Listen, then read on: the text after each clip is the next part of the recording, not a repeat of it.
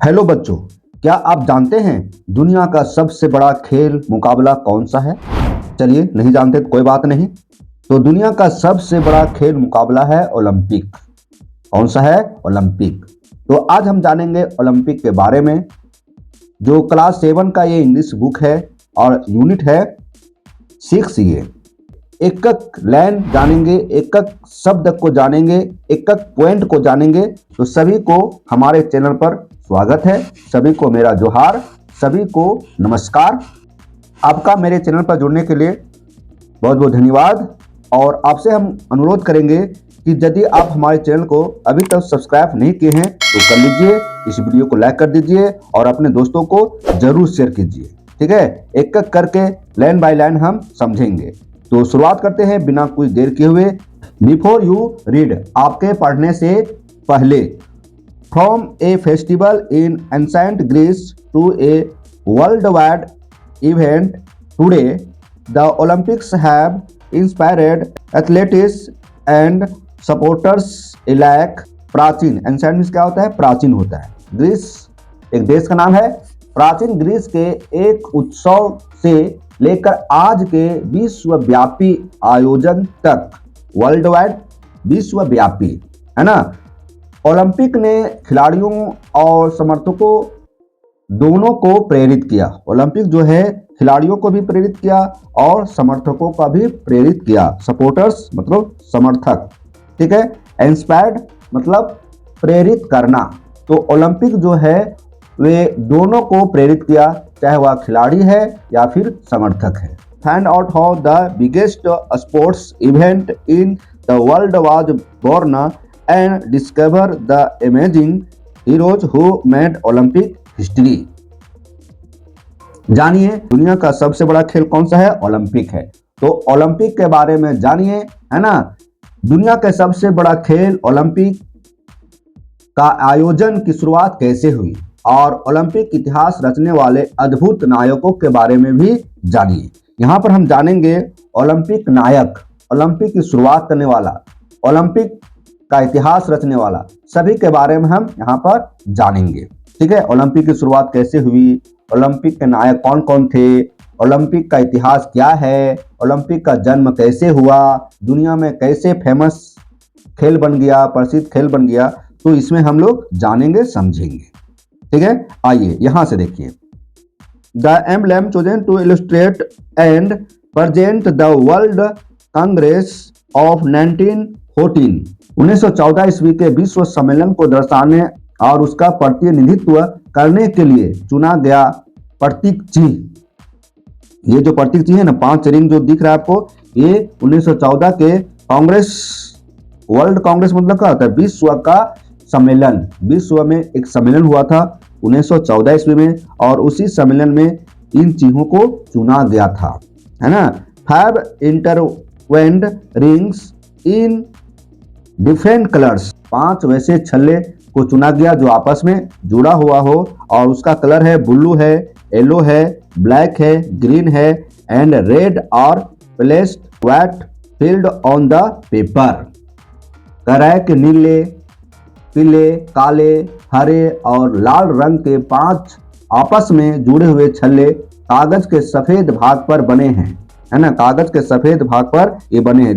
These 5 rings represent the 5 parts of the world which now are on over to Olympism and willing to accept healthy competition। ये 5 छल्ले दुनिया के उन 5 हिस्सों का प्रतिनिधित्व करते हैं जो अब ओलंपिज्म से जुड़ चुके हैं। ये जो 5 छल्ले हैं ना, दुनिया के 5 हिस्सों का प्रतिनिधित्व करता है। वह 5 हिस्सों का प्रतिनिधित्व करता है जो अब ओलंपिज्म से जुड़ चुके हैं और स्वस्थ प्रतिस्पर्धा को स्वीकार करने के लिए तैयार हैं। ओरिजिन ऑफ ओलंपिक्स, है ना।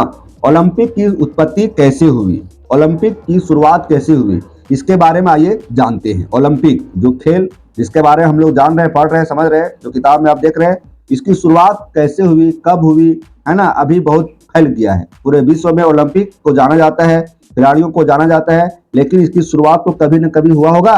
तो आइए इसके बारे में समझते हैं, जानते हैं। ओरिजिन मतलब होता है उत्पत्ति, है ना, ओलंपिक की उत्पत्ति। The Olympic games originated long ago in ancient Greece. देखिए, ओलंपिक खेलों की उत्पत्ति बहुत पहले प्राचीन ग्रीस में हुई थी। The Greece idealised physical fitness and mental discipline and they believed that excellence in those areas honored जीएस। ग्रीस के लोग ग्रीक्स कहलाते हैं, मतलब यूनानी कहलाते हैं। तो उस समय जो यूनानी लोग थे, अपने शरीर को फिटनेस करने के लिए, मानसिक अनुशासन को बनाने के लिए इस कार्य को चुना गया, इस ओलंपिक को चुना गया। तो हम बोल सकते हैं कि यूनानी लोग शारीरिक फिटनेस और मानसिक अनुशासन को आदर्श मानते थे और उनका मानना था कि इन क्षेत्रों में उत्कृष्टता प्राप्त करना उनके सभी देवताओं में महान ज़्यूस का सम्मान करना है। ज़्यूस क्या है? उनका देवता है। तो उन लोगों का मानना था, किन लोगों का? यूनानी लोगों का मानना था कि इस तरह से आयोजन कर हम अपने शरीर को भी फिटनेस कर सकते हैं, अनुशासन में भी रह सकते हैं और फिर अपने जो महान देवता हैं ज़्यूस, उनका हम सम्मान भी कर सकते हैं। It is believed that these religious festivals eventually lead to the famed games of the Olympics। ऐसा माना जाता है कि इन्हीं धार्मिक उत्सवों के फलस्वरूप अंततः ओलंपिक खेलों का जन्म हुआ। मतलब धार्मिक उत्सव से शुरुआत हुआ और फिर ओलंपिक का जन्म हुआ, वहीं से ओलंपिक का जन्म हुआ। नेक्स्ट आइए आगे पैराग्राफ में देखिए। Although we do not know just when the games were first played, the earliest recorded Olympic competition occurred in 776, मतलब 776 BC। At first the games occupied only one day. The consisted of a single event, a foot race of about 180 metres. यहाँ समझिए, हालांकि अल्थोट में क्या होता है? हालांकि हमें यह ठीक से नहीं पता है कि ओलंपिक खेल पहली बार कब खेले गए, है ना। हालांकि हम सटीक जानकारी नहीं दे सकते हैं कि ओलंपिक खेल की शुरुआत जो हुआ उसके बाद पहला खेल कब खेला गया, है ना। हालांकि हमें यह ठीक से नहीं पता है कि ओलंपिक खेल पहली बार कब खेला गया। देखिए, लेकिन ऐसा मानना है कि ओलंपिक खेल का शुरुआत 776 ईसा पूर्व में हुई थी। ओलंपिक खेल की शुरुआत 776 ईसा पूर्व में हुई थी। शुरुआत में यह खेल केवल एक दिन का था और इसमें केवल एक ही स्पर्धा होती थी। इसमें एक ही खेल होता था और वह खेल का नाम है 180 मीटर की दौड़, ए फुट रेस अबाउट 180 मीटर्स। और खेल का नाम क्या है? 180 मीटर की दौड़। मतलब शुरुआत में जो ओलंपिक खेल हुआ उसमें मात्र 180 मीटर की दौड़ से शुरुआत हुआ। ऐसा माना जाता है कि 776 ईसा पूर्व में इसकी शुरुआत हुई। ठीक है। Later they extended to 5 days and more events were included in them. देखिए, बाद में 5 दिनों तक चलने लगे और इसमें और भी स्पर्धाएं शामिल की गई। बाद में ये जो खेल जो हुआ वो 5 दिन तक बढ़ गया। इसमें और कई खेलों को शामिल किया गया। जैसे बोलेंगे कौन कौन से खेल, देखिए पेंटाथलन, है ना, विच कंसिस्टेड ऑफ 5 इवेंट्स। इसके अंतर्गत 5 स्पर्धाएं शामिल थी। कौन कौन? द लॉन्ग जंप, लंबी कूद, है ना। उसके बाद डिस्कस थ्रो, ठीक है। उसके बाद है जेवलिन थ्रो, मतलब भाला फेंक। फिर है स्प्रिट एंड रेसलिंग, है ना, मतलब स्प्रिट और कुश्ती।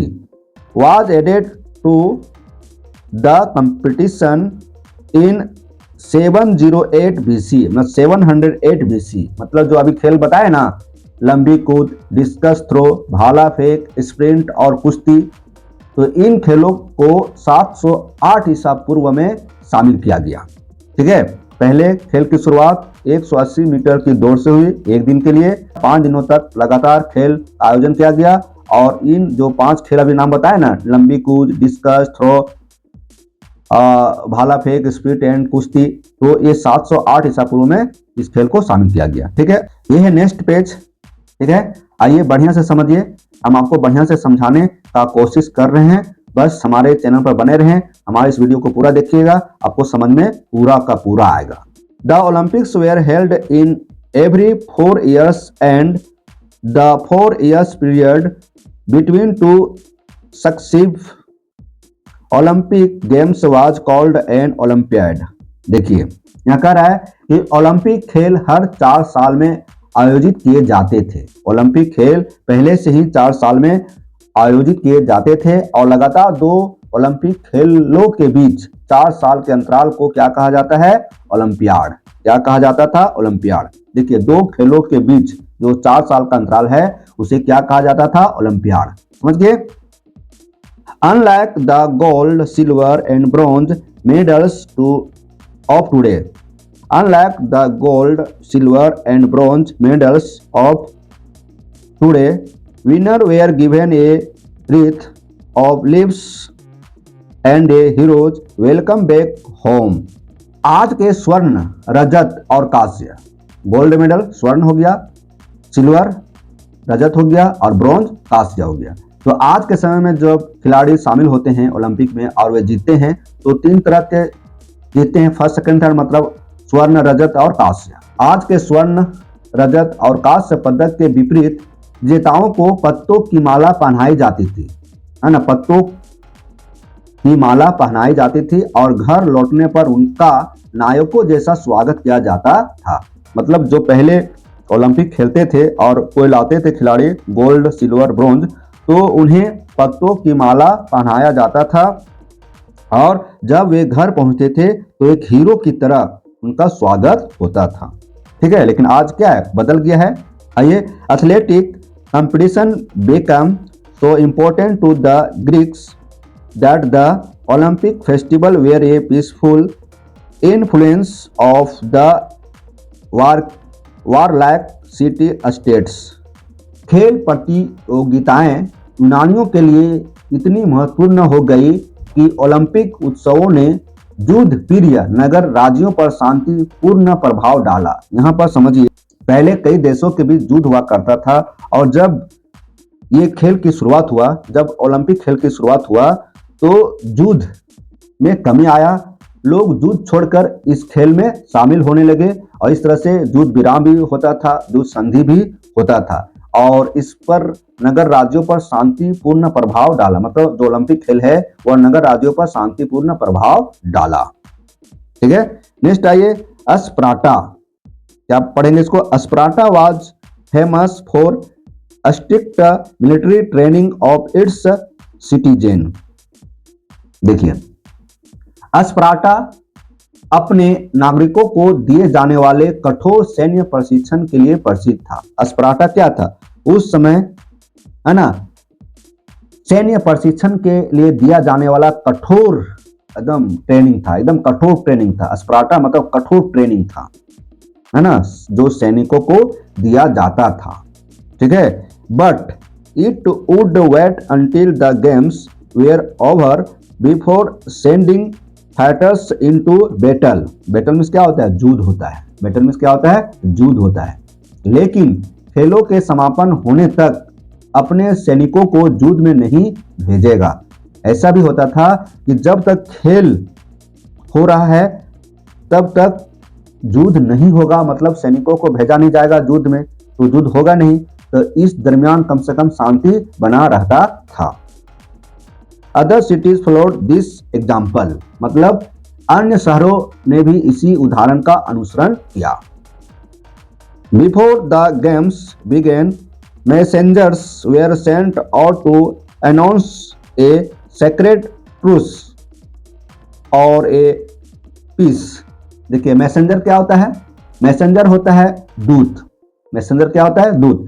तो खेलों के शुरू होने से पहले शांति की घोषणा के लिए दूत भेजे जाते थे। जैसे खेल की शुरुआत होना है, ओलंपिक खेल की शुरुआत होना है, तो सभी देशों में दूत भेजे जाते थे कि इस दरमियान कोई लड़ाई झगड़ा ना हो, कोई युद्ध ना हो, है ना, शांति प्रिय रहे और इस खेल का आनंद ले। ठीक है, this meant that any war should be called off so that people could travel safely to Olympia. इसका अर्थ यह था कि किसी का युद्ध स्थगित कर दिया जाए ताकि लोग सुरक्षित रूप से ओलंपिया जा सके। मतलब उस समय जहां भी युद्ध हो रहा हो उसे समाप्त कर दिया जाए, स्थगित कर दिया जाए, ताकि खिलाड़ी खेल सके, जो वहां के लोग हैं इस खेल का आनंद ले सके, खेल देखने के लिए जा सके। ठीक है, नेक्स्ट आइए, नेक्स्ट पैराग्राफ है यहाँ पे। Earlier only free born men and boys could take part in Olympic games, है ना। ब्रैकेट में है servants and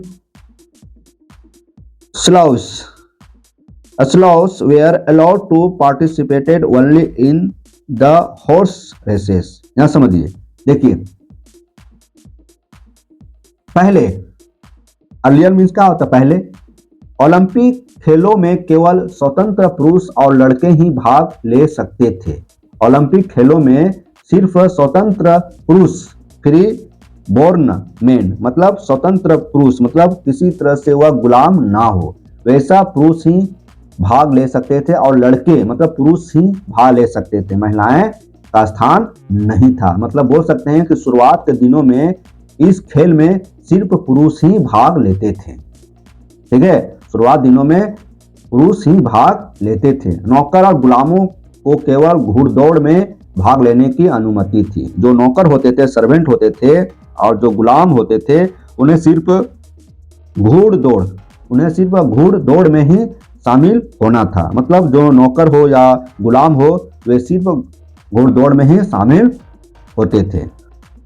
women were forbidden on penalty of death even to see the games. समझिए, यहाँ कह रहा है कि महिलाओं को खेल देखने की भी अनुमति नहीं थी, है ना। महिलाएं खेल को देख भी नहीं सकती थी, इतना प्रतिबंध था, और ऐसा करने पर उन्हें मृत्यु दंड दिया जाता था। यदि कोई महिला चुपके से इस खेल का आनंद ले रही है, मतलब देख रही है, और लोगों को पता चल गया तो उन्हें मौत की सजा दी जाती थी, मृत्यु दंड तक दिया जाता था। देखिए कितना कठोर नियम था, महिलाओं के प्रति कितना प्रतिबंध था, है ना। तो इस तरह से ओलंपिक खेल का इतिहास हम लोग जान रहे हैं, बहुत अच्छा से जान रहे हैं, बस थोड़ा सा आप लोग कोऑपरेट कीजिए। ठीक है, नेक्स्ट आइए। इन 396 मतलब 396 BC, however a woman from Rhodes successfully डिफाइड the death penalty. समझिए, यहाँ कर रहा है इन 396 BC, however a woman from Rhodes successfully डिफाइड the death penalty. यहाँ कर रहा है कि हालांकि 396 ईसा पूर्व में रोडेस, है ना, कि एक महिला ने मृत्यु दंड को सफलता पूर्वक चुनौती दी। महिलाएं खेल का आनंद नहीं ले सकती है, देख भी नहीं सकती है, उसे मृत्यु दंड मिलेगा। लेकिन एक महिला है जिसका नाम है रोडस, उन्होंने इस मृत्यु दंड को सफलता पूर्वक चुनौती दी। कैसे चुनौती दी सुनेंगे यहाँ पर। When her husband died, जब उनके पति की मौत हो गया, है ना, she continued the training of their son, है ना। वह जो महिला थी वो अपने बेटे को कंटिन्यू मतलब लगातार ट्रेनिंग दी। लगातार क्या दी? ट्रेनिंग दी। क्या चीज का? ये बॉक्सर मतलब मुक्केबाजी का। मतलब एक महिला ने अपने बेटे को ओलंपिक में भेजने के लिए, बॉक्सर खेल में शामिल होने के लिए उन्हें लगातार ट्रेनिंग दी। कब? जब उनके पति डेथ कर गए। She attended the game disguised as a man and was not recognized until the shouted with joy over her son's victory। देखिए, और उन्होंने वेश बदलकर पुरुष के वेश में, है ना, खेल देखने गई और अपने बेटे के जीत पर खुशी से चिल्लाने लगी।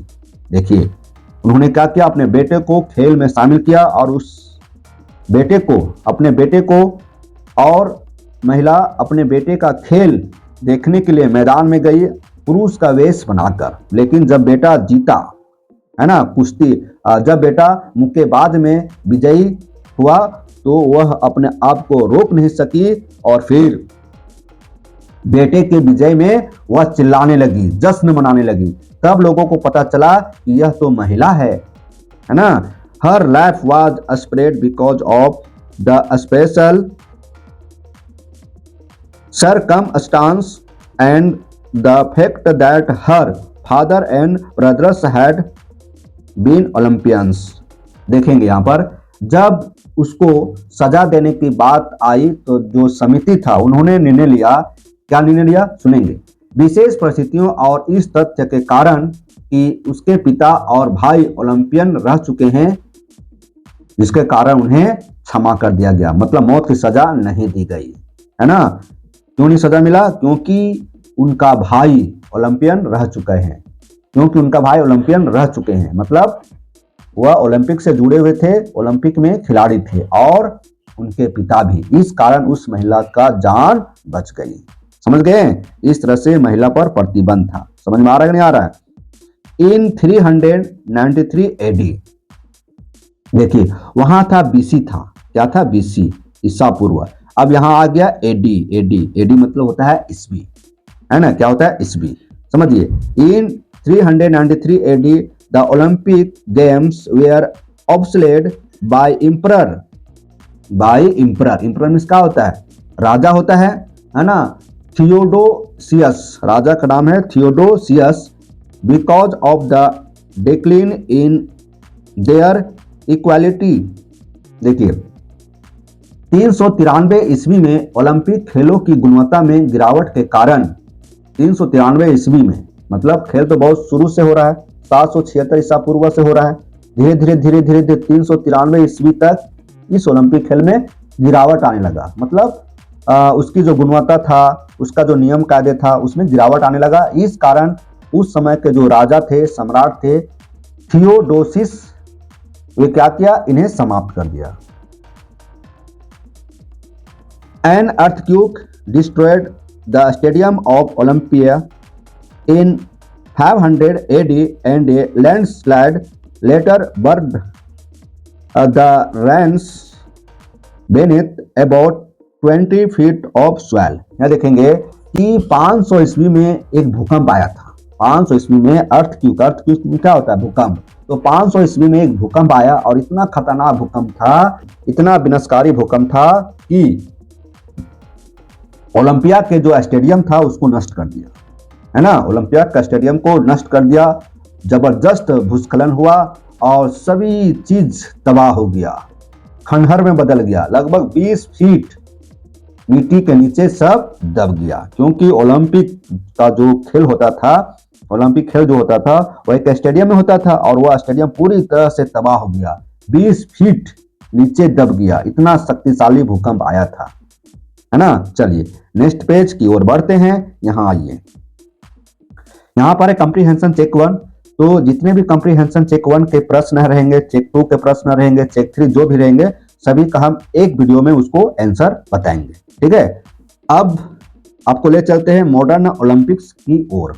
देखिए in 1875 AD a group of German archaeologist excavated the site and the discovered the ruins of the Olympic complex। 1875 ईस्वी में जर्मन पुरातत्वविदों के एक समूह ने इस स्थल की खुदाई की और ओलंपिक परिसर के खंडहरों का पता चला।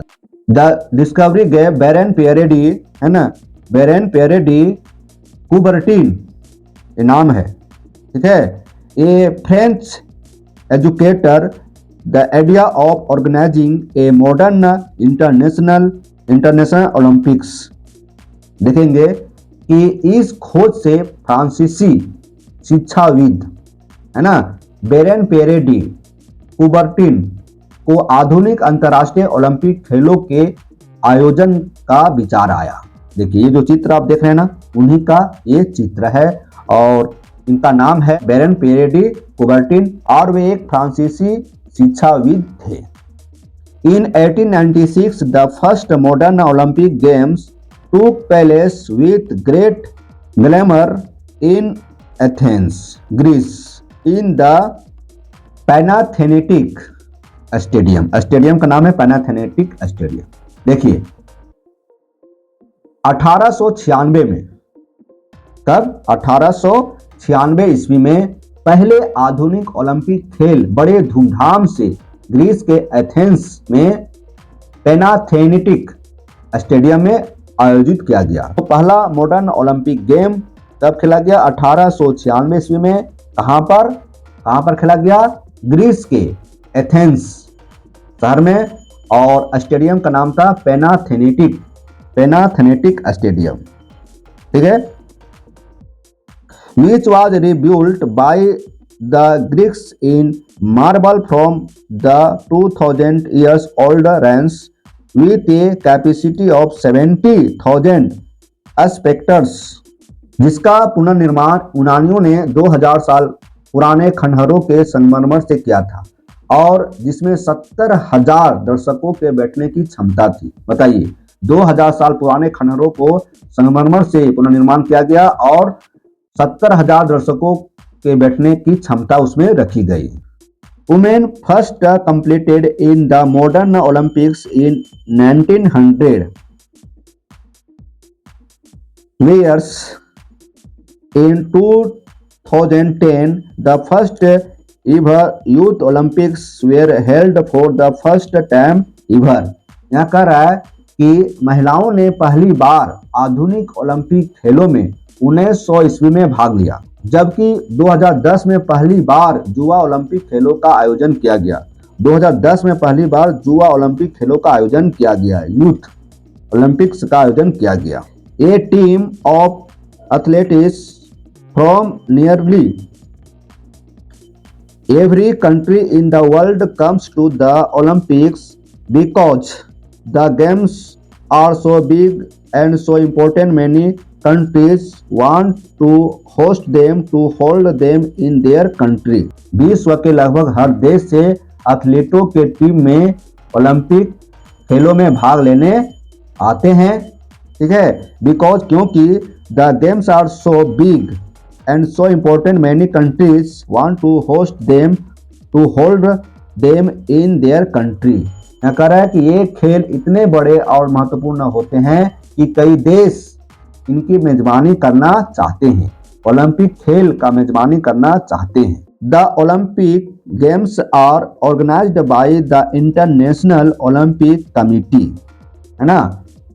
यहाँ कह रहा है कि ओलंपिक खेलों का आयोजन अंतर्राष्ट्रीय ओलंपिक समिति, जिसको क्या बोलते हैं? आईओसी मतलब इंटरनेशनल ओलंपिक कमिटी, अंतर्राष्ट्रीय ओलंपिक समिति। तो ये जो ओलंपिक खेल है इसका आयोजन कौन करता है? अंतर्राष्ट्रीय ओलंपिक समिति। मतलब पूरे विश्व लेवल पर ओलंपिक समिति, ओलंपिक कमेटी का गठन किया गया है और वही निर्णय लेता है कि खेल कहां पर करवाया जाए। जब कोई मेजबानी करने का अवसर लेता है तो उन्हें दिया जाए कि नहीं दिया जाए, खेल में क्या क्या बदलाव किया जाए, बहुत सारे जो सुविधाएं हैं उससे संबंधित कमेटी निर्णय लेती है। द आईओसी मतलब समझ गए, international Olympic committee. The IOC chooses the best palace for the summer and winter Olympics every 4 years। देखिए यहाँ पर आ रहा है बात समर ओलंपिक और विंटर ओलंपिक, है ना। जो आईओसी है वह हर साल में ग्रीष्मकालीन और शीतकालीन ओलंपिक के लिए सबसे उपयुक्त स्थल का चयन करती है। मतलब ग्रीष्मकालीन के लिए कहाँ पर खेल का आयोजन किया जाए, शीतकालीन के लिए कहां पर खेल का आयोजन किया जाए, इसका निर्णय कौन करती है? आईओसी मतलब इंटरनेशनल ओलंपिक कमिटी। ठीक, अब आ गया कमिटीज, है ना। Committees for the different sports and for the host country help to organise the games. विभिन्न खेलों का मेजबान देश की समितियां खेलों के आयोजन में सहयोग करती हैं। विभिन्न खेलों के जो मेजबान देश होते हैं इसका सहयोग करते हैं, इस कमेटी को भरपूर सहयोग करते हैं। ठीक है, there is a lot of works to do when a country host the Olympics, है ना। ओलंपिक की मेजबानी करने वाले देश को कई तरह के काम करने पड़ते हैं। देखिए, जब कोई देश ओलंपिक का मेजबानी कर रहा है, मेजबानी मतलब कि जब कोई देश अपना देश में इस खेल को खिलाता है तो उसको बोलते हैं मेजबानी। ठीक है, तो जब कोई देश ओलंपिक खेल का मेजबानी कर रहा है तो उसके लिए बहुत काम करना पड़ता है, जैसे स्विमिंग पूल का निर्माण करना होता है, स्टेडियम का निर्माण करना होता है ना, खिलाड़ियों के लिए ठहरने का जगह बनाना होता है ना, बहुत सारे खेल का आयोजन के लिए बहुत सारे तैयारी करना होता है। Often a new stadium and swimming pool are needed and the host country also has to build an Olympic village there where the athletes sleep, eat and relax during the games। देखिए, अक्सर नए stadium और swimming pool की आवश्यकता होती है। मेजबान देश को एक ओलंपिक गांव भी बनाना पड़ता है जहां खिलाड़ी खेलों के दौरान सोते हैं, खाते हैं और आराम करते हैं। ठीक है, hosting the Olympics is very expensive but the games can bring a lot of money to the host country because many tourist travel there during the games. यहाँ कह रहा है कि ओलंपिक की मेजबानी करना बहुत महंगा होता है, मतलब ओलंपिक खेल का आयोजन करना बहुत महंगा होता है। द ओलंपिक सिंबल्स क्या होता है? प्रतीक। The Olympics have grown the changed a lot since then. तब से ओलंपिक खेलों का काफी विकास और परिवर्तन हुआ। ओलंपिक खेल का इतिहास बहुत पुराना है। Have their own anthem, motto and their own special flag. देखिए, यहाँ कह रहा है कि ओलंपिक खेलों का अपना गान होता है, आदर्श वाक्य होता है और अपना विशेष ध्वज होता है। ध्वज मतलब झंडा होता है। The flag has 5 coloured rings that represent the 5 continents of the world. देखेंगे यहाँ पर कि ध्वज में 5 रंगीन छल्ले हैं। ध्वज में 5 रंगीन छल्ले हैं। देखिए 1 2 3 4 और यहाँ पर है 5 है। तो ध्वज में मतलब झंडा में 5 रंगीन छल्ले हैं जो विश्व के 5 महाद्वीपों का प्रतिनिधित्व करते हैं। जो 5 रंगीन छल्ले हैं वे विश्व के 5 महाद्वीपों का प्रतिनिधित्व करते हैं। ठीक है, the Olympic motto is made up the 3 Latin. Olympic आदर्श वाक्य 3 लैटिन शब्दों में है, क्रिस, अल्टियस और पोर्टियस। ये तीनों शब्द से मिलकर बना है जो उत्कृष्टता को दर्शाता है और खिलाड़ियों को अपना सर्वश्रेष्ठ प्रदर्शन करने के लिए प्रोत्साहित करता है। Every Olympic games also has its own mascot, an animal और object that is special chosen for that year's games by the host country. है ना, यहाँ कह रहा है कि प्रत्येक ओलंपिक खेलों का अपना शुभकर होता है, अपना शुभकर होता है जो मेजबान देश द्वारा उस वर्ष के खेलों के लिए विशेष रूप से चुना गया जानवर या वस्तु होता है। मतलब शुभकार होता है। शुभकार होता है कि जिस देश में खेल का आयोजन होगा उस देश का एक जानवर या नहीं तो कोई वस्तु, उसको एक शुभकार के रूप में माना जाएगा, देखा जाएगा। Often the mascot is something that makes people think of the host country.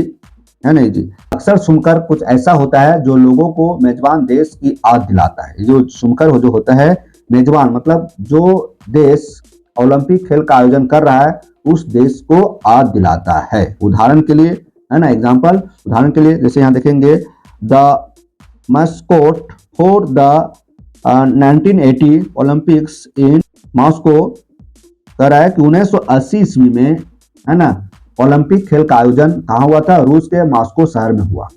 ठीक है, रसिया क्या है? रसिया वाज ए बियर कॉल्ड मिसा।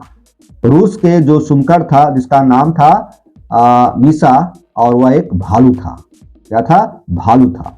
ठीक है,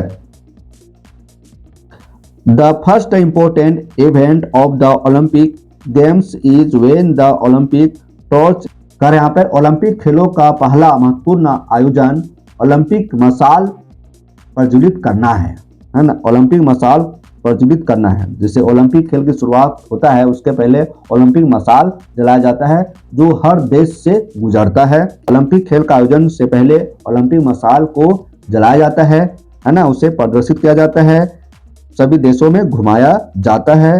the torch is light in Olympia, the palace in Greece today where the Olympics first begin.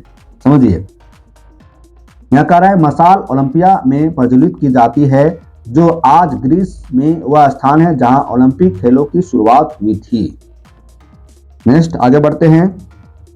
It is light several months before the games start and is then carried by athletics handed from one to another across the world.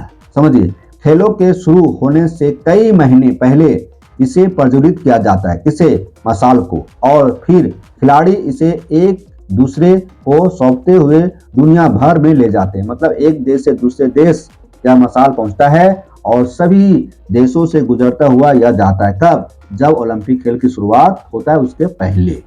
ठीक है, next आइए यहाँ पर। अब जब Olympic का मसाल जल चुका है, सभी देशों का भ्रमण कर चुका है, तो अब ओलंपिक खेल का आयोजन होगा। अब क्या होगा? ओलंपिक खेल का आयोजन होगा। तो इसके लिए ओपनिंग सेरेमनी होगा, उद्घाटन समारोह होगा। The opening ceremony is an important part of summer Olympic games. ग्रीष्मकालीन ओलंपिक खेलों का उद्घाटन समारोह एक महत्वपूर्ण हिस्सा है। ओलंपिक खेलों का एक महत्वपूर्ण हिस्सा क्या है? ग्रीष्मकालीन ओलंपिक, मतलब जो गर्मी में खेला जाता है। First there is a parade of all the athletes who are competing in the games. यहाँ कह रहा है कि सबसे पहले खेलों में भाग लेने वाले सभी एथलीटों की परेड होती है। सबसे पहले जितने भी खिलाड़ी खेल में शामिल होते हैं सभी का परेड होता है, सभी को परेड कराया जाता है। ठीक है, अब देखिए आगे। The Greek team is always at the front of the parade. जो ग्रीक जो टीम होता है वह हमेशा परेड में आगे रहती है ना। ग्रीक टीम के खिलाड़ी परेड में आगे रहते हैं। The host team is always at the back. और जिस देश में यह खेल का आयोजन होता है उस देश की टीम हमेशा परेड में पीछे रहती है। समझ में आया? खेल शुरू होने से पहले उद्घाटन समारोह का आयोजन किया जाता है और उस उद्घाटन समारोह में सभी खिलाड़ियों का परेड होता है। ठीक है, और जो ग्रीक देश का खिलाड़ी होते हैं वे परेड में आगे होते हैं और जो मेजबान देश के खिलाड़ी होते हैं वे परेड में पीछे होते हैं। ठीक है, next there are speeches made by the president of IOC and the organizer of the games and then the Olympic anthem is played। देखेंगे, बहुत इंपॉर्टेंट बात यहाँ पर है ना। इसके बाद जो IOC मतलब इंटरनेशनल ओलंपिक कमेटी के जो प्रेसिडेंट होते हैं, अध्यक्ष होते हैं, वे खेलों के आयोजन पर भाषण देते हैं और फिर जिस देश में यह खेल हो रहा होता है उस देश के यानी तो ऑर्गेनाइजर बोल सकते हैं, है ना, ओलंपिक खेल पर भाषण देते हैं। इसके बाद फिर क्या होता है? इसके बाद ओलंपिक गान बजाया जाता है, ओलंपिक गान को प्ले किया जाता है। ठीक, after that the Olympic flag is carried into the stadium and put up so everyone can see it, है ना। इसके बाद क्या होता है? ओलंपिक ध्वज मतलब ओलंपिक झंडा वो स्टेडियम में लाया जाता है और पूरे स्टेडियम में इसे घुमाया जाता है, फहराया जाता है ताकि सभी उसे देख सके। ये होता है ओपनिंग सेरेमनी में, ओलंपिक के ओपनिंग सेरेमनी में। ठीक है, after the flag the Olympic torch is bought into the stadium, है ना। ओलंपिक टॉर्च मतलब हुआ ओलंपिक मसाल, ओलंपिक टॉर्च मतलब ओलंपिक मसाल, मतलब ध्वज के बाद ओलंपिक मसाल को स्टेडियम में लाया जाता है। जब झंडा चारों तरफ लग गया, फहराया गया, झंडा को घुमाया गया, उसके बाद ओलंपिक मसाल को मैदान में चारों तरफ घुमाया जाता है। A famous athlete then uses the torch to light the Olympic cauldron which burn until the end of the games. कि फिर एक प्रसिद्ध एथलीट मसाल का उपयोग करके, है ना, ओलंपिक कड़ाही को प्रज्वलित करता है जो खेलों के अंत तक जलती रहती है। देखिए, जो फेमस खिलाड़ी होते हैं, फेमस एथलीट होते हैं, वे मशाल को घुमाते हैं, मशाल को जलाते हैं, है ना। और जो इनका जो जलना होता है खेल के अंतर ये जलते रहता है, ठीक है। इसके बाद फिर क्या होता है, इसके बाद देखिए सम वाइट पिजन्स, पिजन्स क्या होता है, कबूतर। Some white pigeons are then set free to fly out of the stadium. इसके बाद कुछ सफेद कबूतरों को स्टेडियम में उड़ाया जाता है ना। स्टेडियम से बाहर उड़ने के लिए छोड़ दिया जाता है, किसको, कबूतर को, ठीक है। कबूतर को स्टेडियम से बाहर उड़ने के लिए छोड़ दिया जाता है। कबूतर क्या है, शांति का प्रतीक है। आफ्टर एन एथलीट एंड ए जज have promised to complete and जज Fairlie the host countries national anthem is played. देखिए इसके बाद क्या होता है, इसके बाद होता है फिर एक एथलीट और एक निर्णायक द्वारा निष्पक्ष रूप से देश का राष्ट्रगान बजाया जाता है ना। किस देश का राष्ट्रगान होता है, उस देश का राष्ट्रगान जो मेजबान देश होता है, जो होस्ट करता है, इस खेल का आयोजन करता है ना। तो यहाँ पर जज मतलब निर्णायक द्वारा निष्पक्ष रूप से प्रतिस्पर्धा करने और निर्णय लेने का वादा करने के बाद मेजबान देश का राष्ट्रगान बजाया जाता है। यह खेलों के प्रारंभ का प्रतीक है।